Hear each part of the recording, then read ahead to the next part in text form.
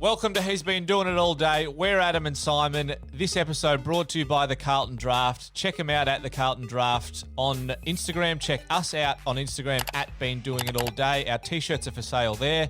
If you also want to check out the episode on YouTube, it's up Mondays 7:30 p.m. Just search for He's Been Doing It All Day. All right, finals week 2. It's semi-finals week. Go for it, Sym. Richmond versus St Kilda. Semi-finals time. Win or go fishing. With no Ryder, no Long, no Jake the Snake Carlisle, the Sainers were always going to be pushing shit uphill. It got harder when our man, he's been doing it all day favourite, Tommy Lynch kicked the first within 1 minute. Shane, I'm savage, classy, bougie, ratchet, said, yeah, I'm that bitch with a long-range missile from the centre square for the Saints, but that was quickly snuffed out when shy Michael Bolton said, forget that a man loves a woman, I'm a man, and I love kicking goals. Teams traded goals in the second quarter before Trent Cotchin tried to rip the head off Zach Indiana Jones like it was the Crystal Skull. The boys from Moorabbin pegged back some of the huge halftime margin. The only problem was they were doing it 1 point at a time. They kicked 2 goals 5 for the third term and left them with too big a margin for the last. In the end, it was the Tigers by 31 on the back of more accuracy and being better at football. Now it's time for Brett Ratness the Rat to go back to Modigliana the Cat and for the Tigers to ready themselves for a trip to Port Adelaide. Cats versus the Pies. This game was a bigger anticlimax than the final episode of Game of Thrones. King of the Hungry Hippos, Zach Toohey, did as hippos do and opened the scoring for the match, and the Cats were never headed. The Cats by Richie Beno's 22 at quarter time, and then by 54 at half time. Game over. I feel like I should just stop here because no one kept watching this debacle. It was boys against men. It was like watching LeBron play one-on-one with the bloke down the park who's there with all the gear and no idea. This wasn't a walkover. It was a curb stomping reminiscent of American History X. This was less bed shitting from Collingwood and more the Cats wiping their ass with the black and white stripes. The third quarter may as well not have happened with the Hoops kicking 2 points and the Pies 1 single point. The final stanza was a consolation prize for the Pies as the Cats looked to play as bruise-free footy as possible. Now to the players. Patrick was dangerous all over the field. He kicked 4. Tomahawk kicked 4. Mitch Duncaned all over the Pies with 30 touches. And Geelong had the top 7 ball winners on the ground, while Collingwood had 11 of the bottom 12 possession winners. Oh, and it was a bit of a flaccid evening for Big Mason as he registered only 4 touches for the game. I continue with more bits about it, but you're probably finished listening to this just like I'm finished talking about it. The game sucked. We can all head outside without eyes on our helmets and without sticks in the air because, boys, Swoopy Boys season is officially over. Collingwood are going home. The Cats face the Lions next week in the prelim. Thank God that horrible, horrible final is over. The Cats by 68 points. Far out. Wasn't that anticlimactic? After last week where we had 4 absolute rippers, these were 2 absolute stinkers. It was so funny because the whole chat all last week was how good finals football is. Like, it means stuff and it counts and the games were unbelievable. And then this week, it was impossible to finish, like get to halftime of the Geelong game, not feeling just a little underwhelmed. I thought the St Kilda game was really good. And if they kicked straight, they would have won. Yeah. They missed so many chances in that third quarter. Set shots battle, and then I think King missed one. It was, yeah. Yeah, there's a definite period where the Saints had all the momentum and they just couldn't kick a goal, and then you knew from then it was game over. It was like the week before when Richmond were playing Brisbane, and Richmond had all the momentum and Brisbane held them off, and then from there you were like, maybe that was their chance. And Richmond kicked like 10-1 or something, and just like every snap around the body was just going straight through, and the Saints were just throwing it away. But I thought that was a pretty good game, but the one last night. Do you think about, and I know it's foolish to kind of think like what ifs, because sport isn't played with what ifs. How much different would it have been had they had Ryder and Carlisle, and to a lesser extent Long? And Long. I reckon Long's definitely underrated for what he provided. He also looks like he's going to put blokes into next week every single week. Like he's Byron Pickett style. Yeah. I reckon if you replayed that Friday night game, if you replayed that 10 times, it's probably like 5-5 split the way it went. they just didn't kick straight, and Richmond just literally kicked everything they looked at. So, Yep. And if you had Ryder into that mix, because Nate Curvis got off the chain a bit, and he was clunking a few around the ground.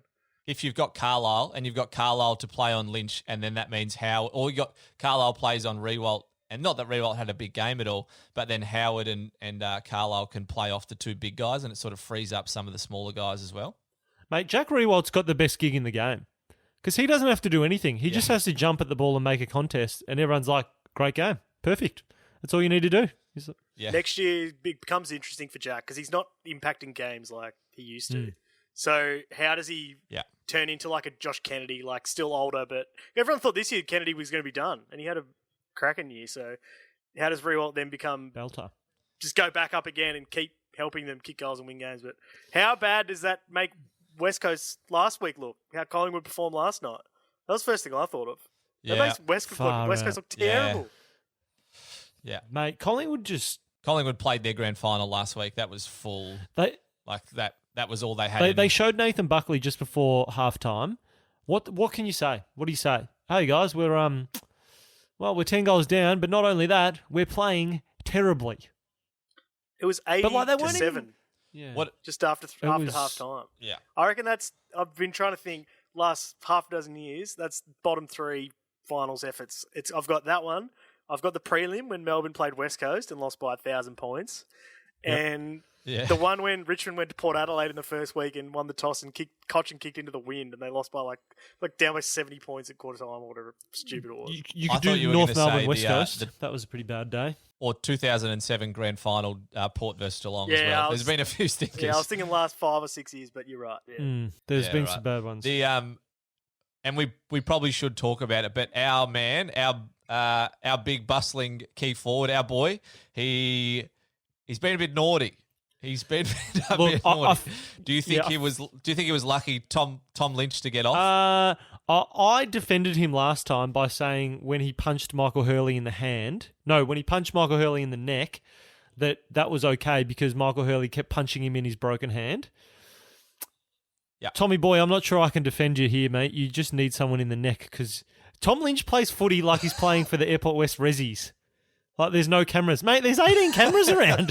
You can't do anything. What are you doing, bro? Like they're going to catch you. He does keep wearing our shirt around though, so he's a fair mate, man. Mate, I couldn't rate. I actually got a text from a friend saying, "Hey, you guys interviewed Tom Lynch on the show. What's he like?" And my friend Barracks for St Kilda, so there's obviously vested interest. And I said, Tom Lynch is a legend. He's been so good to us, like big-time early supporter, came on the show when he didn't have to, helped us get some guests when he didn't have to, which is why we love him. Lovely guy. As a person. And I think this is the thing that AFL people have to take stock in, and especially supporters, is think to local footy. Just think about local footy, about like the biggest bloke. They're always shoving someone. And he just happens to be the biggest bloke. Yeah. And that's where it comes from. And I don't know. I don't think there's any malice in it. He's not trying to hurt. He's just being a giant pest. And he's just like super strong. Yeah. So I love that he's massive and just like throws people around. Because he is better when he plays angry. Yep. I love when he plays angry, except when he plays against the Lions, because I don't want him to play good when he's playing against the Lions. But it's like he's the kid who's hit puberty 4 years before everybody else who's playing out there. And he's like, all right, well, I'm bigger than you. You can just go to the side. I'll throw you to the ground too, and I'll come and crash your pack. They're a different team when he plays. Did you see anything wrong, like suspension-wise, with Trent Cotchin's tackle on Zach Jones? Because that's the other thing social media is raging about. They're like, Trent Cotchin needs to be suspended. He's got to be out of here. Nah. That was like, people go like, it was after the play. It was genuinely like half a second after the whistle had blown, and Zach Jones, not ducked, but he like went low, far from ducked, but went low and then just got hit high. Like he got hit and clotheslined. Yep. But Cochin he does niggle a little bit now. He's definitely crossing the line of playing the like hard footy to inspire the boys versus going like a couple of cheap shots to rile up. It's because it's Richmond and people want to go after him.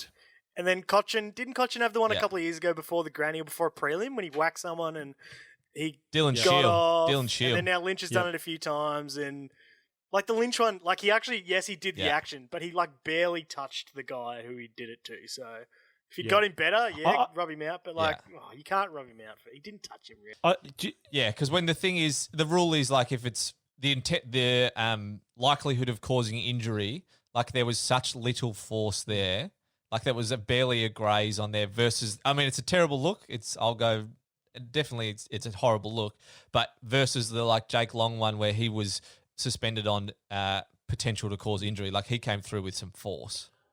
I've got an over and unders market for any betting company that's out there. I want to get involved with the over under on how many times Ash Barty will be on the screen this week.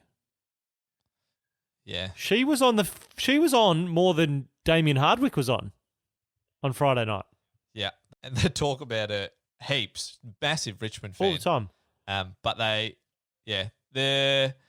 it's funny how much like the commentators. You read all the social media stuff about how much the commentators love the Tigers, and like anytime Dusty gets near the ball, like Bruce is out of his chair, and like he'll just handball it, and he's like, "Oh, you can't stop him, mate." He won 2 Norm Smiths handball. On the back of that.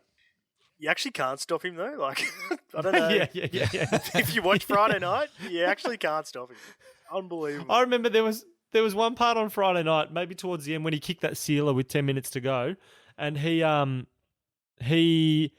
did it, and I've always been like, "Hey, Dusty's really good, but Farrett, let's relax." And then he did that, and you're like, "Farrett, he's really as good as advertised, isn't he? He's one of the greats." Once the game finished, I was like, well, "Who played well?" And I was like, "Hooley had a blinder. Edwards, my man, killed it." And I was like, and Dusty was just sensational, and like he doesn't have a bad game. When was the last time Dustin Martin like turned up 10 touches? You didn't see him like. He just, every week, he's like baseline, he's like 18 and maybe a goal and just like breaking lines. He's just unbelievable. That's exactly what I was about to say. He had, like, you get to the end, you go, "Hey, played all right." He had 22 and was like in the top 5 ball winners on the ground. And like, he doesn't have ineffectual touches either. They all mean something. Yeah. Did you guys watch, just to go off sport, they had in game 5 of the NBA Finals, it got to like half time, and it was a bit like, "What's LeBron done? Where is he?" He had 33 points by half time, but you just didn't see him. It just accumulates. Just like Dusty, same thing. You're like, "Oh, he's had 28 touches. Brilliant. Good job. Good job." All right, up next is the award. He's been doing it all day. Before we do our tips, it's time for the award of He's Been Doing It All Day. Sime, who this week has been doing it all day for you? Well, I am going to my premiership tip, Geelong. They got smashed during the week because they lost to the top team by 16 points. And everyone wrote them off and said they were under the pump. And, mate, it could have been a multitude of them. Joel Selwood running at 90%.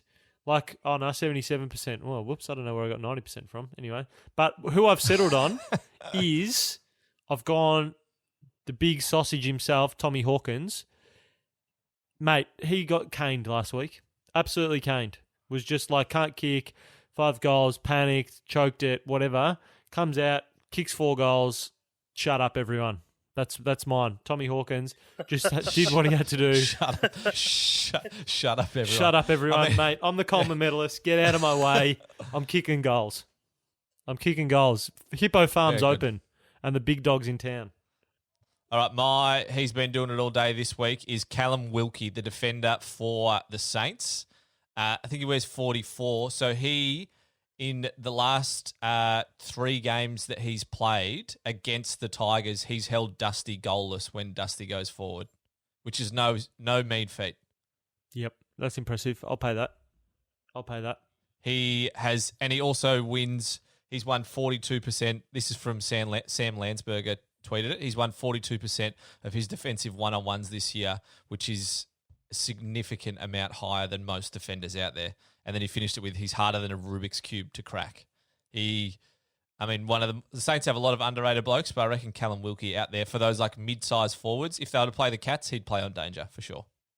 Just he's been doing it all day? I'm gonna go back to my Norm Smith pick, Shane Edwards, 21-2, and I reckon top of my head set up 3 or 4. There was that one in the pocket where he looked back in the last quarter. Unbelievable. Yeah. Unbelievable. And you're not tagging him because you're going to Cochin, you're going to Dusty, whatever. So he and Hooley was the other one. I think had 31. 32. Just ran around on their own. Just completely brought their own footy the other night. So Doug's going to win it all. He's like Shane Edwards is like an older version of Shea Bolton. Like that link man, super agile, just can really link up from defence to forward. Yep. Star. Yep. All right, tip time. Tip time, prelim final week, or arguably the best week of footy of the year. Yes, mate, the most on the line, the best teams are playing. It is what it is. Yeah. All right, Port, Richmond, who you got? I think Richmond will win. I think they win. I think Port Adelaide wanted a lot, and that's okay, but I think Richmond are just better. They're just more relaxed, and they'll be better. So I'm going Richmond. Just? I think the week just gone, everyone always forgets about who the better team is and gets carried away with who just won. So then everyone tips like the Collingwoods and stuff. And then I think then going into prelim week, everyone just saw Richmond play and they think, oh my God, we've got to tip Richmond, they're going to win. But I've been saying all weekend that Richmond are going to win the flag, but you know what? Port showed us on that night against Geelong, so I'm going to stick with them. Port.